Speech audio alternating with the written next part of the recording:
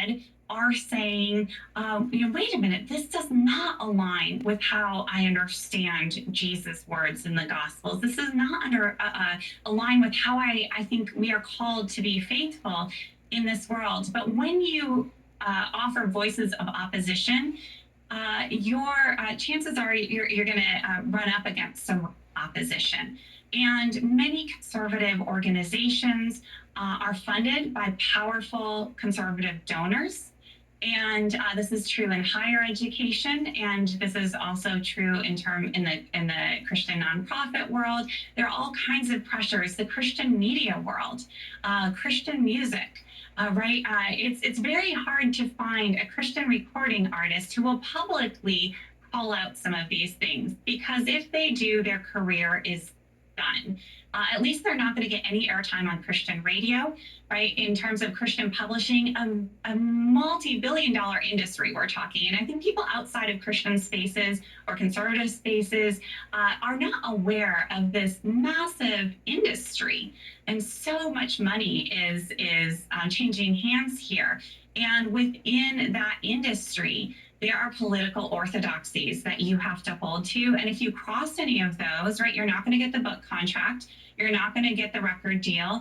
And so what we have is a kind of, indoctrination may not be too strong of a word, but certainly the cultivation of one particular way to be a Christian and closing off many of these other understandings of what it means to be a Christian in this country and in the world today.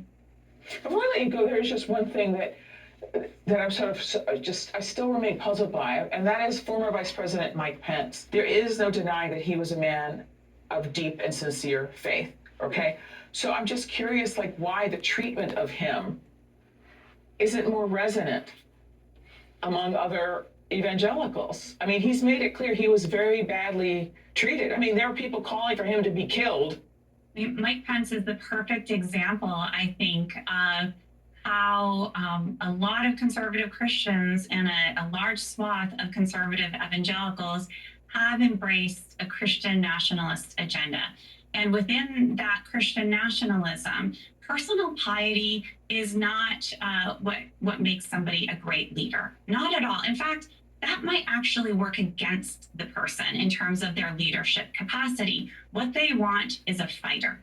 They want somebody who will fight their battles for them. They want somebody who will take on the left, the feminists, the woke ideology, and who will fight for them, who will protect them, and who will advance their aims. And that is who Trump is, and that's who Trump promised to be for them quite explicitly. Now, back in 2016, it was kind of unproven territory at that time. It wasn't quite clear if conservative Christians would embrace a man like Trump, who so clearly did not live up to any of their moral standards that they claimed to hold so dear. This is the moral majority, after all. These are family values voters, right?